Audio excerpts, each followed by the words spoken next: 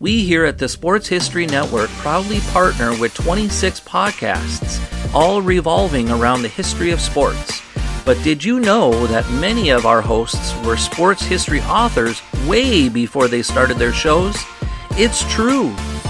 We've got Joe Ziemba, host of When Football Was Football, Joe Zagurski, host of Pro Football in the 1970s, Mark Morthier, host of Yesterday's Sports, Tommy Phillips, host of Lombardi Memories, and Scott Adamson, co-host of From the 55-Yard Line. All these authors have many books for you to choose from. To check them out, go to our website at sportshistorynetwork.com/sportshistorybooks. Pick up your copy today.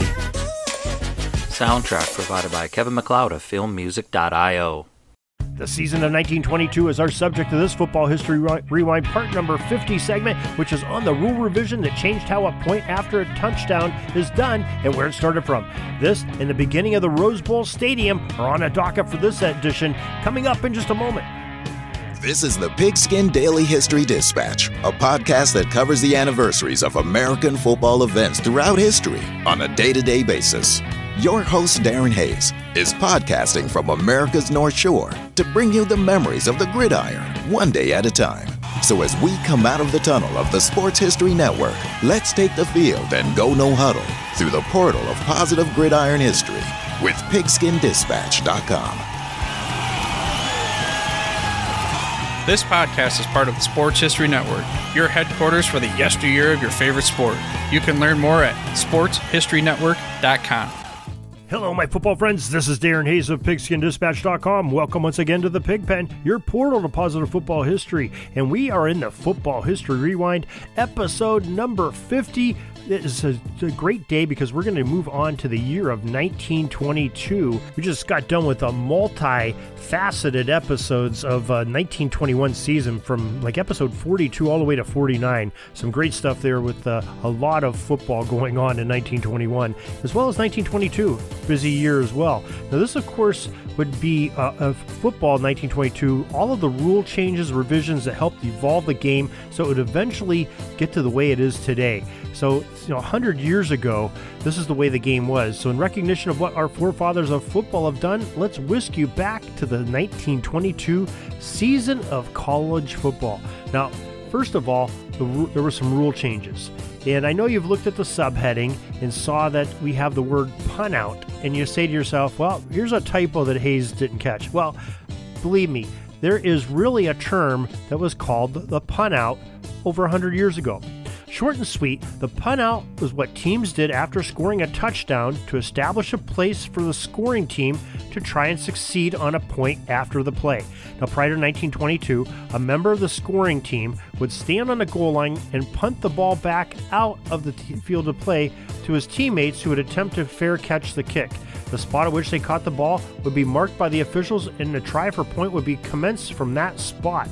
It sounds like a kind of ridiculous by today's standards, but that was a rule back in the day. It wasn't lining up at the 2-yard line and trying to kick. Now, someone came up with the dandy idea in the rules meeting before 1922 and talked everyone into adopting a new rule which would place the ball automatically in front of the goalpost for the point after attempt. It's unknown after our investigation for sure if this happened to be the 2 or 3 yard line like it is today, but we must remember that's the way it was back in those days, and we're not sure exactly where it was. It could have been the 3 yard line, could have been the 2 yard line, but anyway, it was a real challenge for the ball to be kicked from that point because the goalposts were on the goal line. So if you're on a 2 yard line, imagine that, trying to get a ball that's snapped and up over a 10 yard or a 2 yard distance up 10 feet off the ground where the crossbar is. Very challenging indeed. It's tough today for the kickers on some of these, and they're snapping the ball back 7 yards. That's, of course, assuming our assumption of the 2 or 3 yard line is correct. The scoring team did have the choice of running or passing the ball across the goal line or kicking the ball through the uprights, both in the pun out and post pun out eras. Well, we also had a new venue open up in 1922. A very famous stadium opened up and held its first football game at the end of the 1922 season. Yes, the Rose Bowl held its first football contest on January 1st, 1923, as Penn State, and no, Joe Paterno was not at this game contrary to most beliefs, but they visited Southern Cal at the grand opening of the granddaddy of them all. It also featured a parade which provided a very interesting twist to the game itself. The very first parade in honor of the game at the Rose Bowl was conducted shortly before kickoff. The Penn State squad was late for the game due to their staying at the parade route a little bit too long. Southern Cal coach Elmer Henderson was so angry about the lateness of Penn State and their coach Hugo Bezdek that the Trojans coach almost went fisticuffs over the situation. Luckily, calmer heads prevailed, and Henderson satisfied his anger by coaching his team to a 14-3 win over the Nittany Lions. Just because this is the first game held at the brand new Rose Bowl Stadium does not make it the very first Tournament of Roses football contest and parade. No, the first happened in 1902 at a field called Tournament Park when the Tournament of Roses Association asked Stanford University to take on a strong Michigan squad that year. Michigan Wolverines came in and defeated the Cardinal squad so soundly, the Tournament Association decided to host a polo game instead of football in 1903. Well, that idea failed. In the next 12 years, the group hosted Roman chariot races rather than a football game. Then finally, in 1915, paid attendance of 25,000 at the races prompted the tournament leaders to look for a larger booking. They reverted back to football in 1916 at Tournament Park. The next few years were so successful with football that the tournament directors, they felt they needed a much larger venue to hold the throng of onlookers for the attraction. In 1920, director William Leishman enlisted the assistance of architect Myron Hunt and builder William Taylor to construct the West Coast version of the Yale Bowl. The brand new stadium featured the seats for 57,000 fans and a horseshoe design that was open on the south end. The cost of that project back then was $272,198.26, right to the penny, and it was financed by the association, selling 10-year subscriptions for tickets at a cost of $100 each.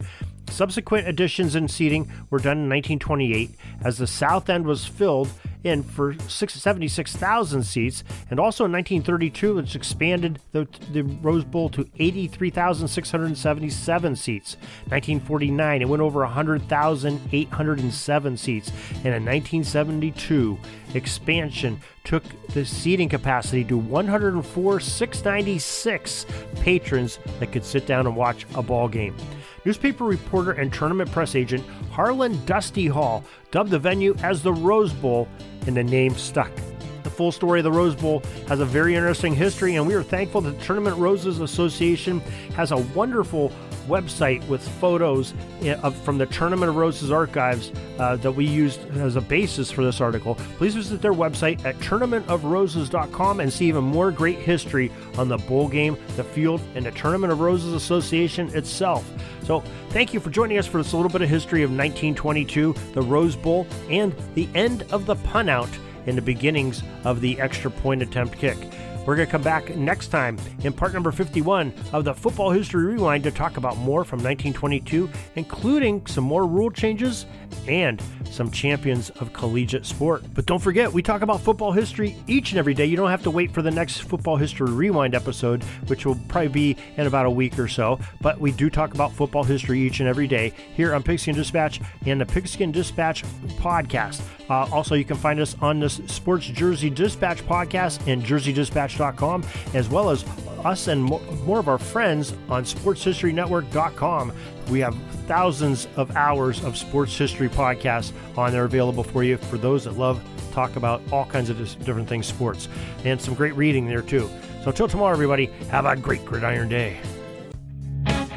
Peeking up at the clock, the time's running down. We're going to go into victory formation, take a knee, and let this baby run out. Thanks for joining us. We'll see you back tomorrow for the next podcast.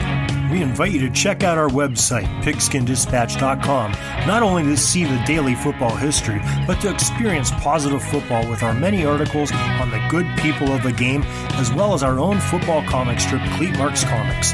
Pigskindispatch.com is also on social media outlets, Facebook, Twitter, Instagram, and don't forget the Pigskin Dispatch YouTube channel to get all of your positive football news and history. A special thanks to the talents of Mike and Jean Monroe, as well as Jason Neff for letting us use their music during our podcast.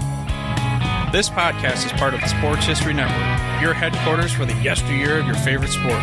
You can learn more at sportshistorynetwork.com.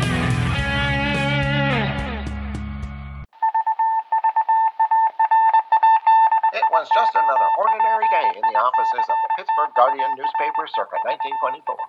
But for Marla Delft, assistant editor, everything was about to change. For she was about to discover the awesome attractiveness of Row 1 brand retro sports paraphernalia items thanks to Orville Mulligan, sports writer.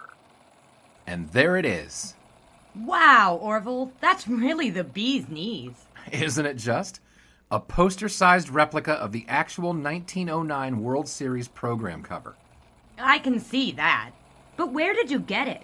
And where'd you get it framed? I ordered it from the Row 1 website, where over 6,000 items of sports memorabilia from the 1880s to the 1990s are available for reproduction, in multiple sizes and in several different materials, with over a dozen styles of frame to choose from for prints like this. Well, I'm sure Mr. Delft would love to put up more of these in the office. But I'm equally as sure they're beyond this newspaper's budget. Not at all, my dear Marla. See for yourself. Go to sportshistorynetwork.com/row1. sportshistorynetwork.com/row1. Oh my, these are good prices. Oh, and look at this stuff. Oklahoma-Nebraska football, college basketball art, Michael Jordan items. And so retro it was that sports Marla Delft advertisement discovered the flowers. splendiferous magic of Row 1 sports memorabilia, arts, and prints. You can too by visiting sportshistorynetwork.com/row1. That's ROW1 today for access to the full Row 1 catalog of gallery prints and gifts like t-shirts, long-sleeve shirts, telephone cases, coffee mugs, blankets, pillows, towels, and even shower curtains. Act today for 15% discount off all prints with coupon code SHN15 and 20% off all other items with coupon code SHN20 at checkout. And keep your dial locked to the Sports History Network for the exciting chronicles of the 1920 sports world in Orville Mulligan, sports writer. Coming soon.